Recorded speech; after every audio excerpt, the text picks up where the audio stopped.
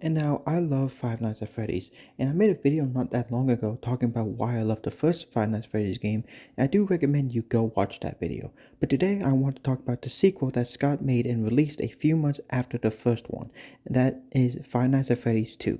Now this is honestly my favorite Five Nights at Freddy's game, and one of my favorite horror games of all time. While I love the first game, I have always loved this game a lot more, and the things it added to this franchise and also the lore of FNAF.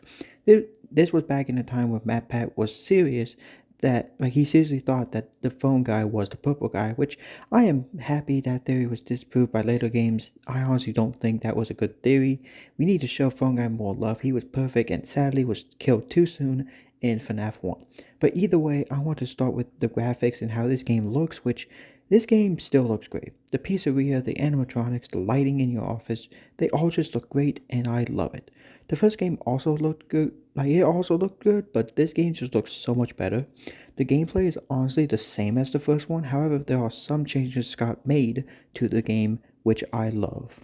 First off is that you do not have to worry about power in this game, and I love this so much. In FNAF 1, everything you did cost power, and it literally made it where at the end of every night I would run out of power because not only am I just terrible at conserving stuff, but everything you did cost a lot of power. The fact that we don't have to worry about it is so much better, but Scott added another thing, or more so removed something from the first game, that being the doors. In the first Five Nights at Freddy's games, the doors were honestly your way of defending yourself, and while the game was still terrifying, being able to close the doors and stop Bonnie, Chica, Freddy, or Foxy from coming in was something to calm you and help you.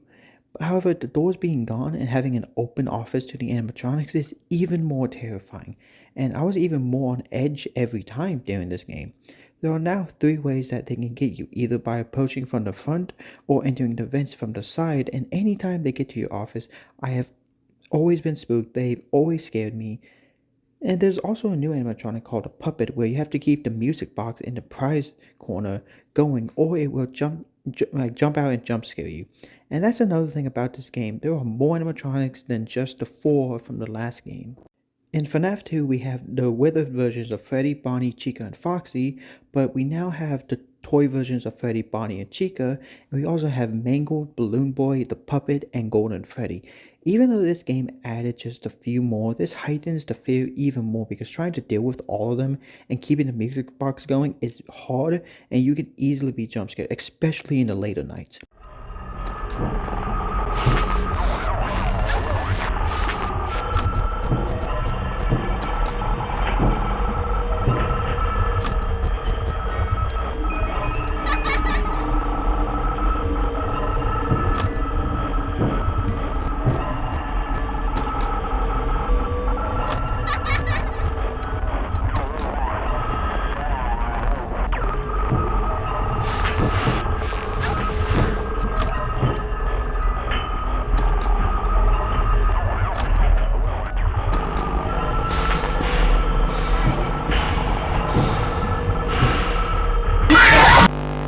I think withered animatronics might be some of my favorites because seeing them in the hallway or camera is terrifying, and when they appear in your office you have like a second to put on the Freddy mask or you might be too late.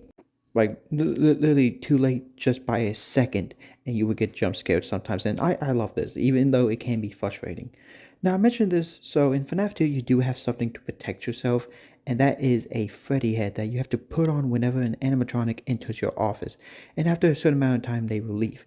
However, not every animatronic falls for it, like it doesn't work for the Puppet or Foxy or Mangled for example, but I honestly prefer the Freddy head over the doors we had in the first one. So just like the last game, we get a call from Phone Guy at the start of every day, or every night actually, and he is indebted in this game because this is actually a prequel to FNAF 1, which I am so happy about. I really do love Phone Guy. I just like the first game, each night gets harder and harder, and this game has RNG in it as well, but just like the last game, I actually love this, and I think I think it makes the game even more scary. And just like I said in the previous video, one of the biggest complaints about FNAF is that you sit there and you wait to be jump scared, but the RNG works in this game's favor because every night gets harder, time feels like it's going slower. You have to react quickly and keep the music box going, and combined with the atmosphere of the pizzeria, it's great and just adds to the jump scares. There's more to the game and franchise than just waiting to be jump scared. And honestly, people saying this, they are just wrong. And frankly, I can do the same thing and make any game sound boring. So using this against Five Nights at Freddy's, in my opinion, doesn't even work. So the story of FNAF 2 is that you are the new security guard at the grand reopening of Freddy Fazbear's Pizza, and just like the previous game, you have to survive with each night getting harder. Throughout each night, you get a call by phone guy, and he tells you some information about what's going on, like how the animatronics act and what to do to avoid them from killing you. He also warns us that on night 4, that Freddy Fazbear's Pizza is actually being investigated by the police, and phone guy is shocked when you come in for night 6, and it's revealed that he will take over your position so that your character Jeremy Fitzgerald can start working day shift. However, we find out on the paycheck that we get at the end of night 5 that the year is 1987, and with Jeremy going to day shift, it is suspected that he was the victim of the bite of 87, which will cause the animatronics not to be able to walk around anymore during the day. Throughout the game, when you die, you will sometimes get death mini games as well, and these actually give us a bit of lore to FNAF. This game is when we first find out about Purple Guy, we get some more information about the missing children's incident and about Purple Guy's first murder, and we find out that the puppet was actually the one to stuff the kids into the animatronics and that gave them gifts and then gave them life. FNAF 2 gave us more info about the lore of the franchise, and it was a very nice thing to have to be able to actually start having a story and a lore to this franchise. Now, I actually want to talk about a video that was made by a FNAF YouTuber that I actually really like, and he made a video saying that Five Nights at Freddy's 2 was actually the worst in the franchise.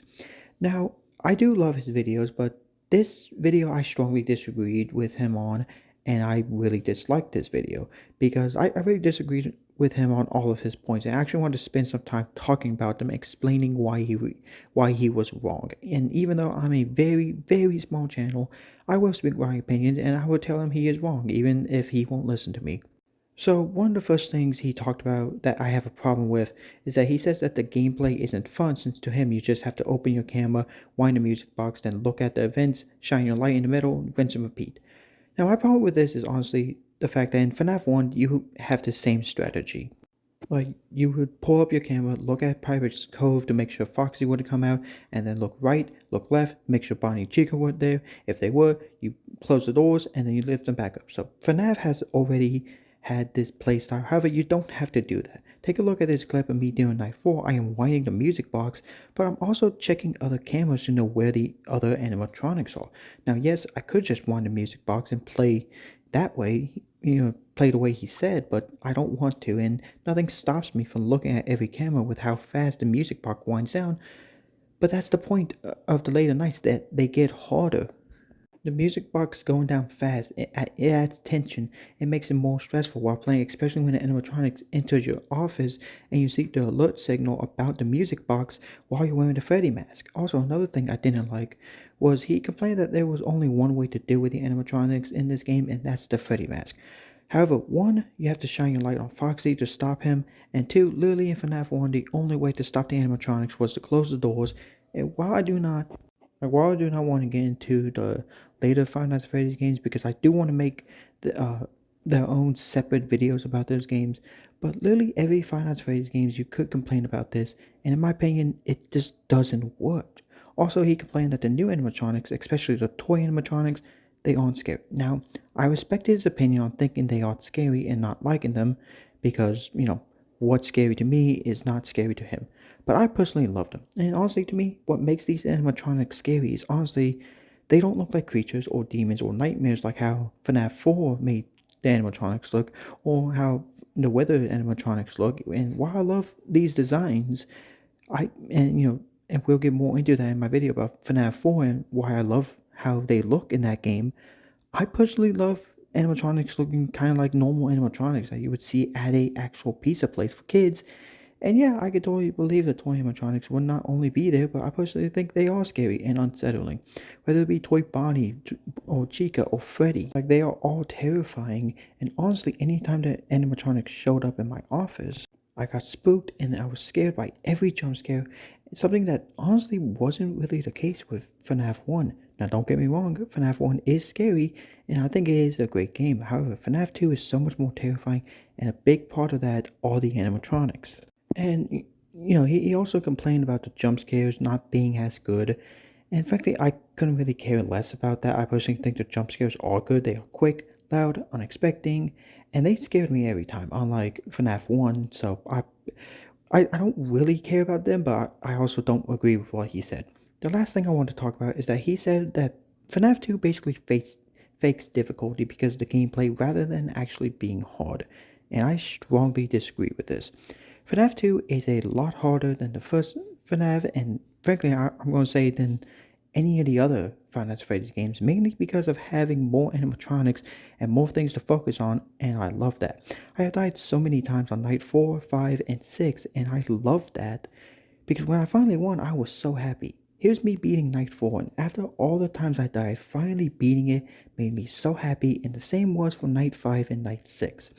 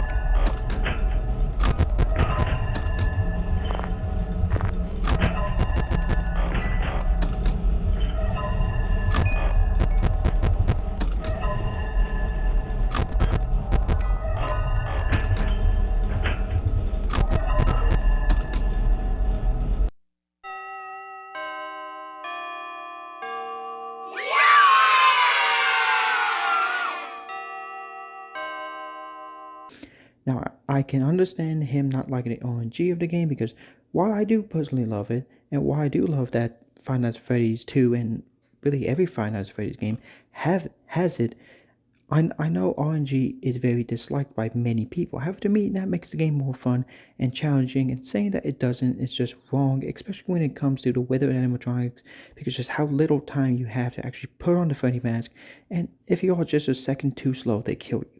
But either way, that was Five Nights at Freddy's 2, a game that I absolutely love, and a game I would consider one of my favorite horror games of all time, and the best FNAF game. I think it proved everything from the first game, and not only gave us more lore, but it also was more challenging and harder, and more fun to play, and I loved every bit of it.